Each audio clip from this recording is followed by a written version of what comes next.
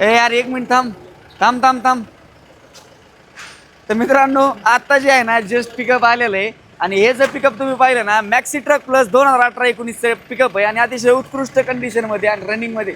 तुम्ही जर पाहिलं वरच्या साईडनी जे आहे तुम्हाला पत्रे वगैरे कॅरी करायला लोकलला जे आहे तुम्हाला यूज करायसाठी अतिशय उत्कृष्ट अशी गाडी असणार आहे.